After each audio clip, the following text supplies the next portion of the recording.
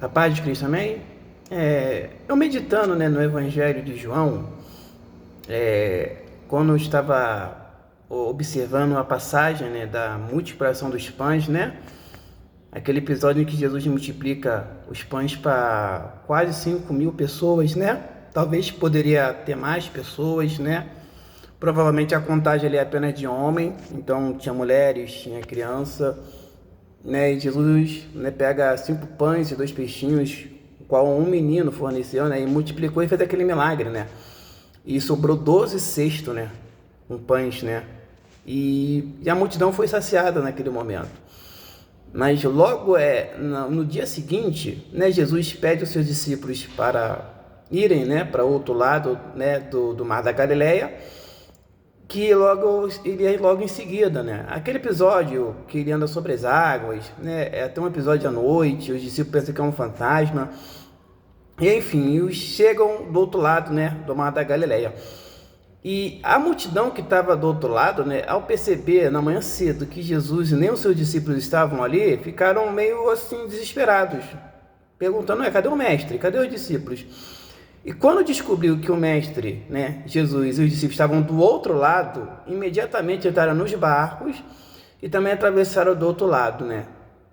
E quando chegaram do outro lado, quando Jesus veio à multidão, e a multidão veio até questionando, né, Jesus, né, talvez por não ter avisado que ia atravessar do outro lado, né, e Jesus respondeu para aquele povo que estava seguindo ele, que atravessou o Mar da Galileia atrás dele, dizendo: vocês só vêm até mim por causa do pão, né? E a partir dali Jesus começa a trazer um discurso, né, que com o decorrer do discurso ficou meio duro, né, para aquele povo. Jesus disse que era ele o pão do céu, né, o pão que dá a vida eterna, né, o pão que caiu lá, isso foi o pão que Deus mandou, né?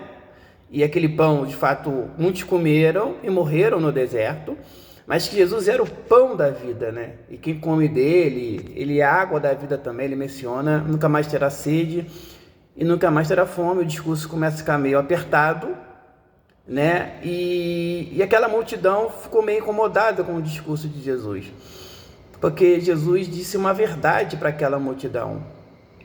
E eu fiquei pensando, se Jesus tivesse uma igreja hoje, fosse pastor de uma igreja hoje, olha que algo interessante. Teria provisão, porque a multiplicação dos pães era uma provisão de Deus. Teria milagres, porque Jesus fez tanto milagre que até a própria Bíblia diz que os milagres de Jesus não poderiam conter, nem ser escrito, de tanto milagre. Jesus fez coxo andar, cego ver, morto ressuscitar. Jesus fez maravilhas, restituiu mão de uma pessoa, repreendeu o demônio.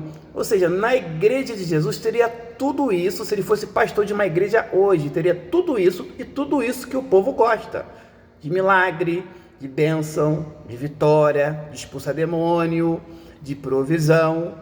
Mas uma coisa seria essencial na igreja de Jesus: a verdade.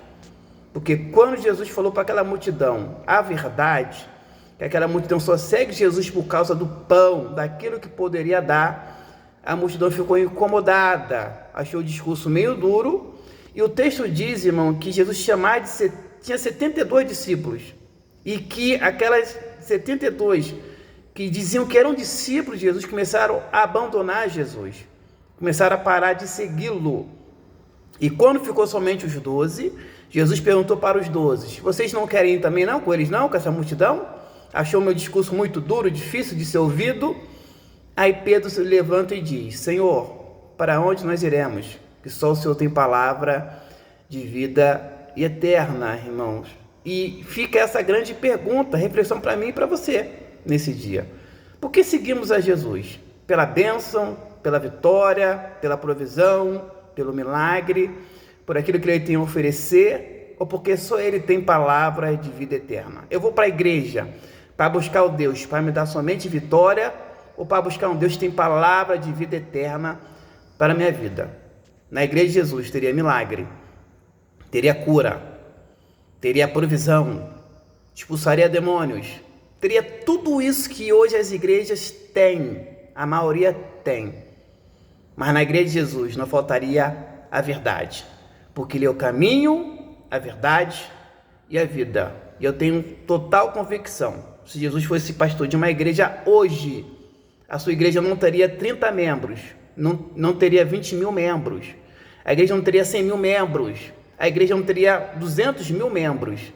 Seria uma igreja de poucas pessoas, mas seriam poucas pessoas que queriam ouvir somente a verdade da boca de Jesus. Que a gente possa meditar, irmãos, nessa reflexão. Por que seguimos a Jesus? Porque ele fala a verdade que eu e você precisamos ouvir, ou porque ele somente nos dá aquilo que a gente precisa? O pão, o milagre, a bênção, a vitória. Tudo isso é bom. Vitória é bom, milagre é bom, cura é bom, expulsar demônio, repreender das pessoas é ótimo. Mas o principal, irmãos, não pode faltar a verdade. Com tudo isso, na igreja de Jesus, nunca faltaria a verdade. A verdade é que ele é o caminho, a verdade é a vida. É a palavra de Deus que todo ser humano precisa. O mais importante nessa vida não é a bênção material, mas é a palavra de salvação que só vem da boca de Jesus. Amém? Fique com essa palavra, graça e paz.